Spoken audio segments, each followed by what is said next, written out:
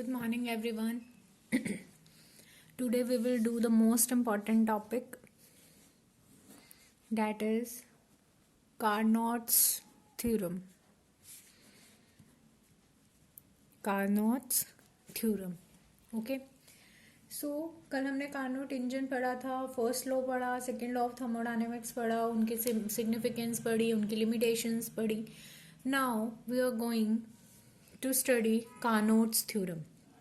सो basically इसकी statement क्या है?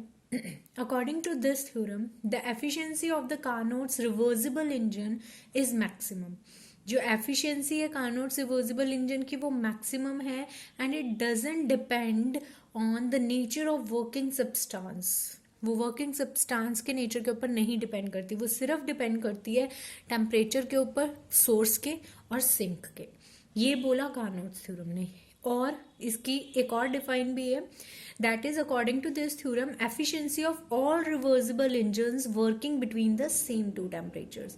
जितने भी रिवर्सिबल इंजन्स हैं उन सबकी एफिशिएंसी जो वर्क कर रहे हैं वो सेम टू टेम्परेचर्स के ऊपर वर्क करेंगे. और जितने and no irreversible engine working between the same two temperatures. जितने भी रिवर्सिबल इंजन्स हैं सेम टू टेम्परेचर्स के बीच में वर्क करेंगे और जितने भी इरिवर्सिबल इंजन्स है वो सेम टू टेम्परेचर्स के बीच में वर्क नहीं करेंगे.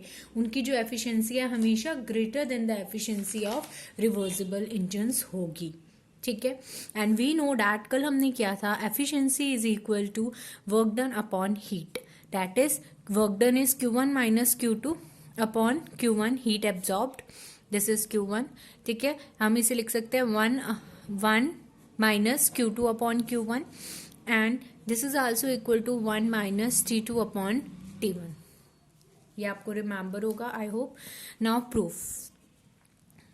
This is important. Carnot's theorem statement मैंने बता दिया आपको. ठीक है. स्टेटमेंट क्या कह रही है इसकी? स्टेटमेंट ये बोल रही है कि the efficiency of the Carnot's engine is maximum और वो डिपेंड करेगी सिर्फ temperature of source and sink पे, वो नेचर ऑफ वर्किंग सब्सटेंस पे डिपेंड नहीं करेगी. और जो एफिशिएंसी है सारे रिवर्सिबल इंजन्स की वो सेम टू टेम्परेचर्स के ऊपर वर्क करती है और इरिवर्सिबल्स की सेम टू टेम्परेचर्स के ऊपर वर्क नहीं करती है. That means efficiency of irreversible is greater than the efficiency of reversible engine. Now proof. हम दो केसेस में इसका प्रूफ करेंगे. Case one let there be two engines. यहाँ पे हमने एक बना लिया हॉट सोर्स जिसका टेम्परेचर है T1 और ये हमने बना लिया कोल्ड सिंक जिसका टेम्परेचर है T2. ठीक है. हमारे पास दो इंजन्स हैं A एंड B. ये कपल्ड हो रखे होंगे. ठीक है. Let there be two engines A and B such that A engine is irreversible and B engine is reversible. दो इंजन्स हैं जिसमें से A क्या है? इरिवर्सिबल है और B क्या है? रिवर्सिबल है. Both of them acting between the same two temperatures. If possible हम लेट कर रहे हैं कि इरिवर्सिबल की एफिशिएंसी ग्रेटर है देन द रिवर्सिबल इंजन. ठीक है. ए वाला इरिवर्सिबल है और बी वाला रिवर्सिबल है तो एफिशिएंसी इरिवर्सिबल की ज्यादा है रिवर्सिबल वाले से. Where eta A and eta B are the efficiency of the heat engines A and B. Let the two engines be coupled together. ठीक है. अब इन दोनों इंजन्स को हमने कपल्ड कर दिया so that A which is irreversible works in the forward direction. ठीक है. जो इरिवर्सिबल है वो फॉरवर्ड डायरेक्शन में वर्क करेगा और जो बी है रिवर्सिबल है वो बैकवर्ड डायरेक्शन में वर्क करेगा. ठीक है. नाउ द इंजन ए, ये जो ए इंजन है इसने क्या किया? हीट एब्जॉर्ब करी है Q1. A engine absorbs heat Q1 from the source से इसने Q1 हीट ली, इसने वर्क डन किया, वो वर्क डन यहाँ पर आया. ठीक है. वो वर्क डन किया उसने और ट्रांसफर कर दी Q2 heat to the sink. ठीक है. Q2 heat to the sink उसने ट्रांसफर कर दी तो हमारा जो वर्क डन है वो क्या आ जाएगा? Q1 minus Q2. अब जो इंजन बी है उसने वर्क किया रिवर्स डायरेक्शन में, एब्जॉर्ब करी है हीट, यहां से इसने हीट एब्जॉर्ब करी है, कितनी हीट एब्जॉर्ब करी है, Q1 डैश माइनस डब्ल्यू, ठीक है। क्यों? क्योंकि ये Q2 है, Q2 कैसे निकलेगा, Q1 माइनस डब्ल्यू, तो ये क्या हो गया, Q1 डैश माइनस डब्ल्यू, ठीक है। तो बी इंजन ने क्या किया, रिवर्स डायरेक्शन में चल रहा था, तो उसने क्या किया, इससे सिंक से हीट एब्जॉर्ब करी है, वर्क डन किया on it by the, work done किसकी वजह से हुआ, ए इंजन की वजह से, और क्यू डैश हीट उसने, क्यू वन डैश हीट उसने रिजेक्ट कर दी to the source. Now the sink receives heat, अब सिंक ने हीट रिसीव की है, कितनी हीट रिसीव की है, Q1 minus W from A and Q1 dash minus W from B, sink ने इतनी हीट रिसीव की है, तो net amount of heat gain कितना हो गया, net amount of heat gained by the source, heat gained by the source कितनी हो गई हमारे पास, Q1 dash minus Q1। Now net amount of heat lost कितना हुआ, ये तो हीट गेन थी, now net amount of heat lost by the sink, कितना उसने लॉस्ट किया, that is Q1 dash minus W और minus of Q1 minus W, ठीक है, ये माइनस और ये अंदर जाएगा माइनस Q1 प्लस डब्ल्यू, तो ये डब्ल्यू से W cancel, we get Q1 dash minus Q1। As we suppose that, हमने ये सपोज किया था कि as we have suppose that A is more efficient than the B, ठीक है, यही हमने सपोज किया था। तो नाउ ईटा ए को हम कैसे लिख सकते हैं, W upon Q1, and eta B को हम कैसे लिख सकते हैं, W अपॉन Q1 डैश, ठीक है। देयरफॉर ये इक्वेशन थी हमारे पास कि भाई eta A is greater than eta one, from equation one क्या मैं इसे ऐसे लिख सकती हूँ, W upon Q1 is greater than W upon Q1 dash, W W cancel हो गया, what will get 1 upon Q1 is greater than 1 upon Q1 dash, ठीक है। This implies Q1 is less than Q1 dash, है ना, तो Q1 dash minus Q1, therefore ये quantity कैसी आएगी, ये बड़ा है ना, बड़े में से छोटा माइनस करेंगे तो क्या आएगा, पॉजिटिव, ठीक है। तो this is a positive quantity, hence there is a net heat gained by the source and net heat lost by the sink, okay, as no external work has been done, बाहर से कोई काम नहीं हुआ, और नेट गेन हुआ है by the source, net lost हुआ है, हीट लॉस्ट हुआ है by the sink, no external work has done on the system, then it means eta A is less than eta B. This implies कि A की efficiency कम है B से, hence second law of thermodynamic violate हो गया, और जो हमने suppose किया था वो भी रॉन्ग हो गया, hence all irreversible engines working between the same two temperatures, सारे के सारे इरिवर्सिबल इंजन्स जो हैं वो सेम टू टेम्परेचर्स के बीच में वर्क करेंगे with having a same efficiency, hence Carnot theorem is proved.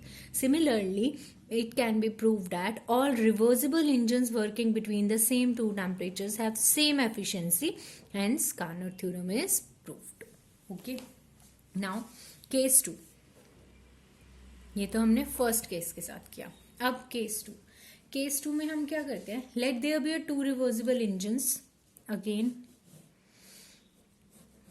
hot source T1, cold sink T2, ठीक है। Now let there be two reversible engines A and B, वहां पे हमने दो इंजन्स जो माने थे उसमें से एक को माना था रिवर्सिबल और एक को इरिवर्सिबल। सेकेंड केस के अंदर हम क्या कर रहे हैं, let there be two reversible engines, दोनों इंजन रिवर्सिबल्स हैं, वर्क कर रहे हैं between the same two temperatures T1 and T2, T1 is the temperature of source and T2 is the temperature of cold sink. Again if possible eta A is greater than eta B, कि A की efficiency B से ज्यादा है, okay. Let both the engines work in the forward direction, अब हम कह रहे हैं कि दोनों इंजन्स कैसे, दोनों रिवर्सिबल है तो दोनों फॉरवर्ड डायरेक्शन में वर्क कर रहे हैं, एक रिवर्सिबल था एक वो था इरिवर्सिबल। जो इरिवर्सिबल था वो बैकवर्ड डायरेक्शन में फ्लो कर रहा था, और जो रिवर्सिबल था वो फॉरवर्ड में। अब दोनों रिवर्सिबल है तो दोनों फॉरवर्ड डायरेक्शन में वर्क करेंगे, ठीक है। ए ने क्या किया, हीट एब्जॉर्ब करी है फ्रॉम द सोर्स। यहां से इसने हीट एब्जॉर्ब करी, Q1 हीट एब्जॉर्ब करी, और यहाँ पे इसने Q हीट रिजेक्ट कर दी। हेंस इसने क्या किया, कन्वर्ट कर दिया वर्क को। वर्क डन कितना हुआ, work done is equal to what, Q1 minus Q। ये उसने वर्क डन कर दिया।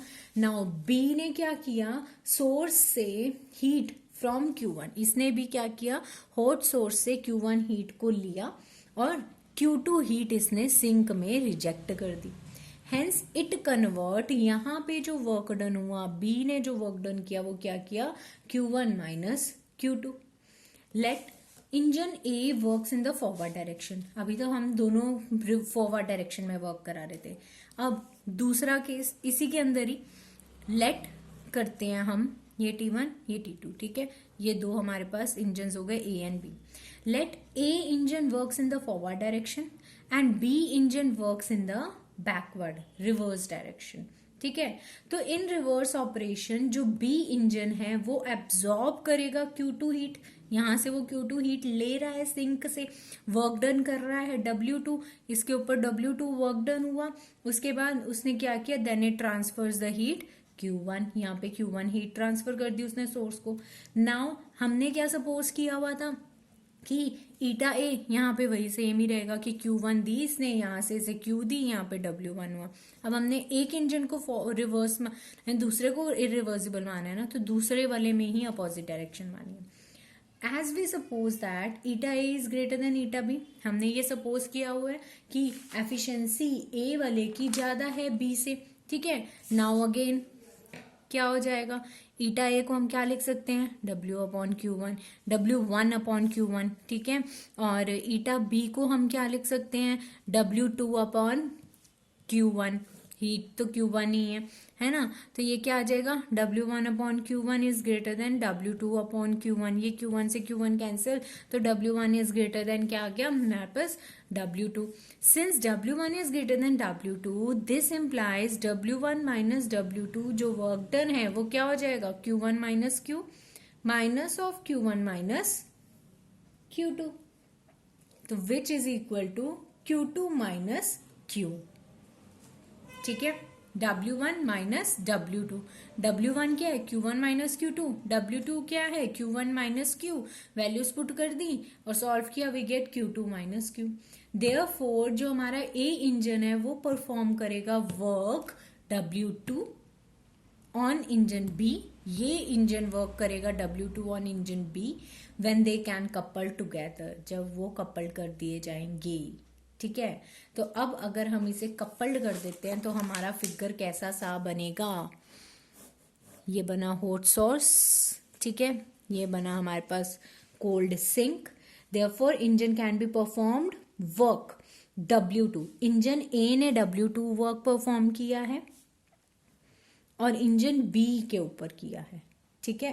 तो ये when they are coupled together, तो ये कपल्ड हो गए एक दूसरे के साथ। इसने Q1 हीट ली, इसने इसको दी Q1 हीट, ठीक है। इसने वर्क डन किया W1 माइनस W2, और ये जब कपल्ड हुए तो यहाँ वर्क डन हुआ W3। फर्दर इसने क्या किया, Q1 हीट इसको दे दी, और ये Q2 हीट ले रहा है और Q2 माइनस Q1 हो गया। ये Q2 थी, ये इतना पोर्शन कितना हो गया, ये पूरा Q2 है ना, तो ये इतना सा क्या हो गया हमारे पास, Q2 minus Q1। It is clear from the figure कि ये कपल्ड मशीन है, hence is taking the heat Q2 minus Q from the sink. Q2 minus Q sink से ले रहा है वो और उसे वर्क डन में कन्वर्ट कर रहा है, that is W1 minus W2 without interacting with the source. Hence जो सेकेंड लॉ है थर्मोडायनेमिक्स का वो वायलेट हो गया, और जो हमारी अगेंस्ट सुपोजिशन थी कि eta A is greater than eta B, वो भी क्या हो गई, wrong. Hence, all reversible engines working between same two temperatures have same efficiency. Hence, Carnot theorem is proved. Clear है यहाँ तक? Next topic.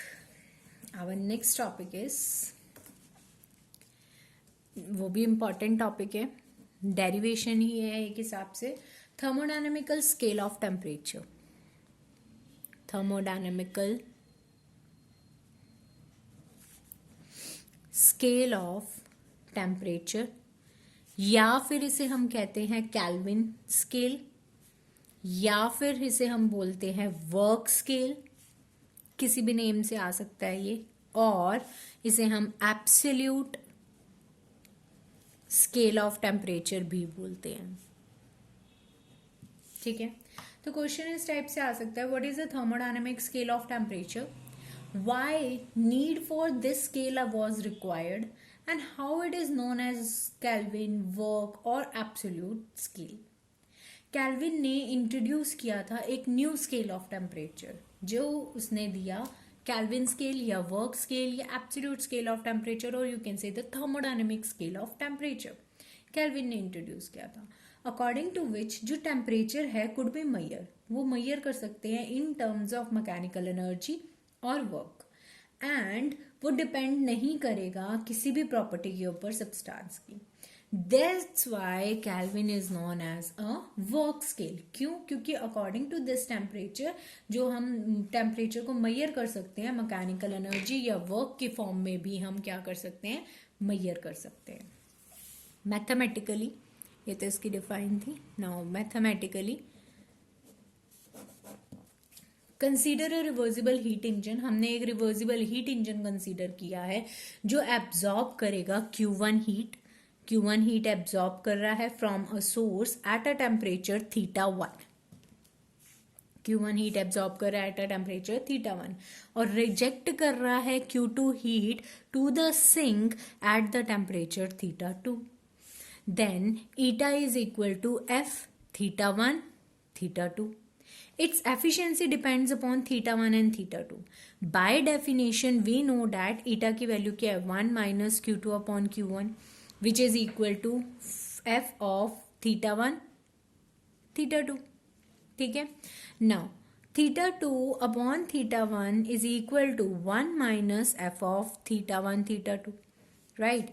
तो Q1 upon Q2 क्या हो जाएगा, 1 upon 1 माइनस एफ ऑफ θ1 θ2 हो जाएगा, ये तो है ना, बीच में कॉमर्स लगा देना। ओके, तो ये इसको हमने लिख दिया capital F θ1 θ2। This is equation number 1, where this is a function of temperature, ये टेम्परेचर का फंक्शन है जो θ1 और θ2 के ऊपर ही डिपेंड करेगा। ठीक है, now let us consider another heat engine. अब हमने एक और हीट इंजन कंसीडर किया, या फिर कार्नोट इंजन कंसीडर कर लिया, working at a temperature θ2 and θ3। अब दूसरा जो इंजन कंसीडर किया वो किस किस टेम्परेचर के ऊपर वर्क कर रहा है, θ2 एंड θ3।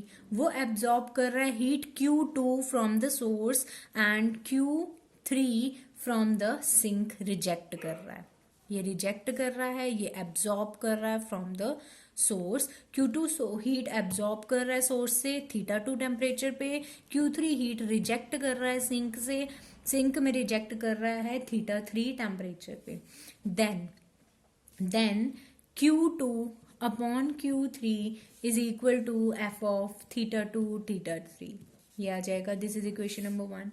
कंबाइनिंग 1 and 2, 1 और 2 को कंबाइन करते हैं तो Q1 upon Q3 is equal to F of θ1 θ2 हो जाएगा।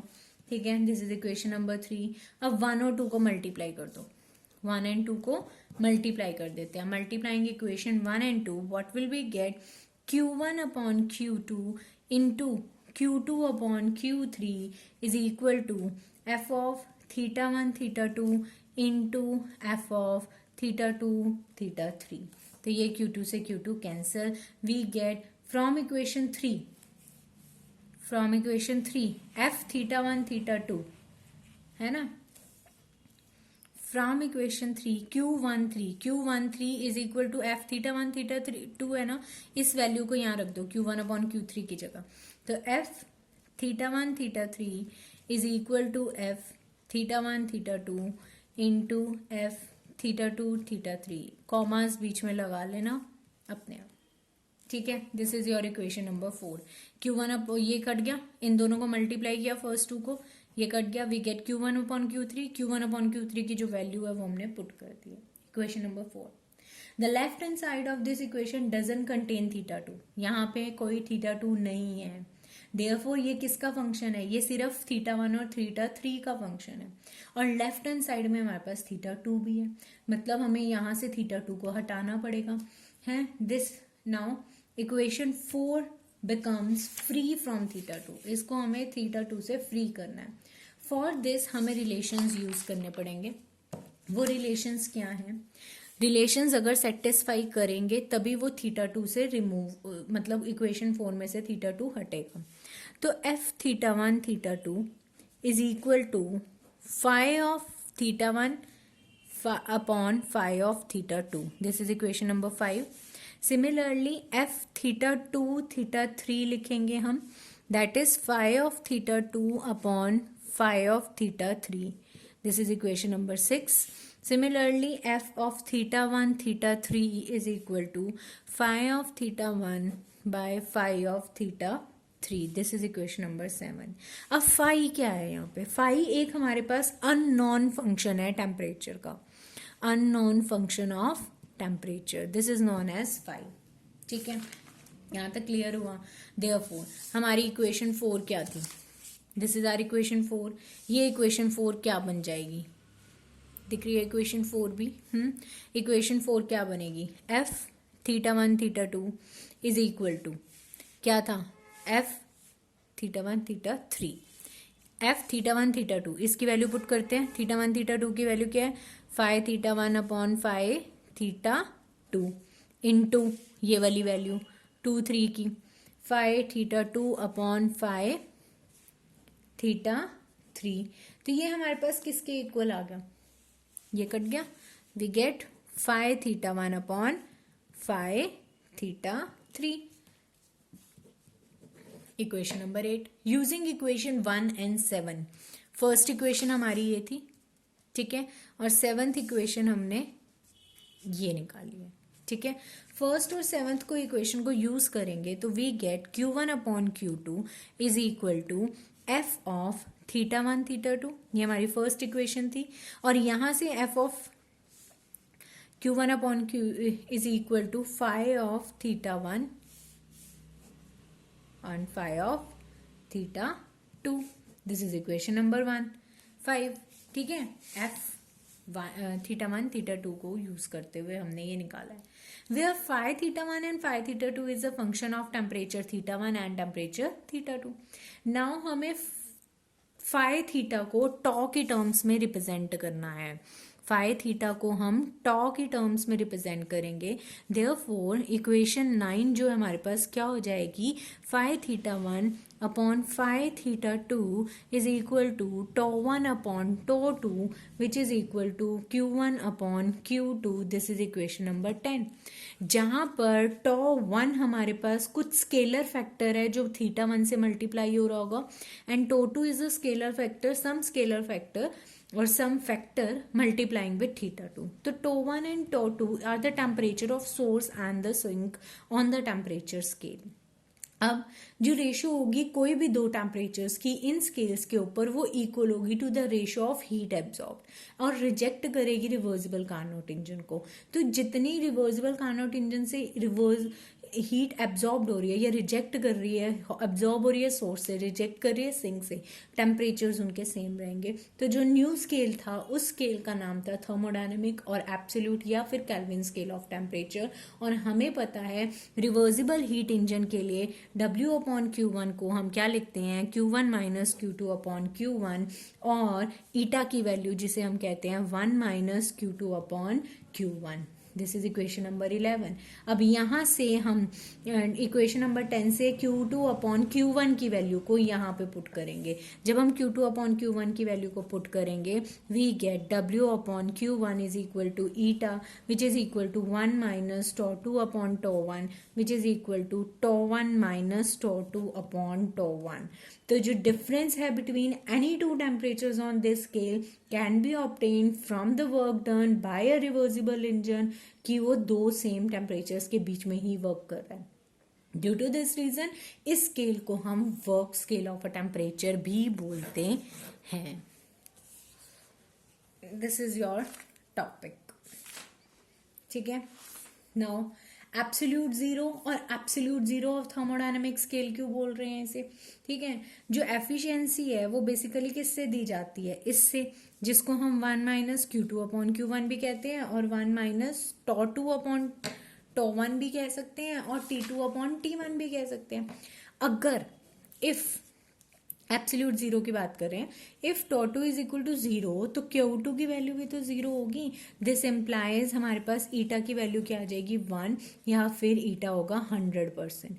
तो absolute temperature is that temperature at which system undergoes reversible isothermal process without rejecting any heat to the sink. जब वो रिवर्सिबल आइसोथर्मल हो जाएगा जिस टेम्परेचर पे और बिना हीट रिजेक्ट करे, उस टेम्परेचर को हम क्या बोल रहे हैं, एब्सोल्यूट जीरो टेम्परेचर। ठीक है। नेक्स्ट आपका एक क्वेश्चन बनता है अनअटेनेबिलिटी ऑफ एब्सोल्यूट जीरो, या फिर why absolute zero can not be attend. Absolute zero attend क्यों नहीं होता, क्योंकि जो एफिशिएंसी है वो इससे दी जा रही है Q2/Q1 से, या फिर 1 माइनस T2/T1 से, जहां पे Q2 क्या है, हीट एब्जॉर्ब किससे हो रही है,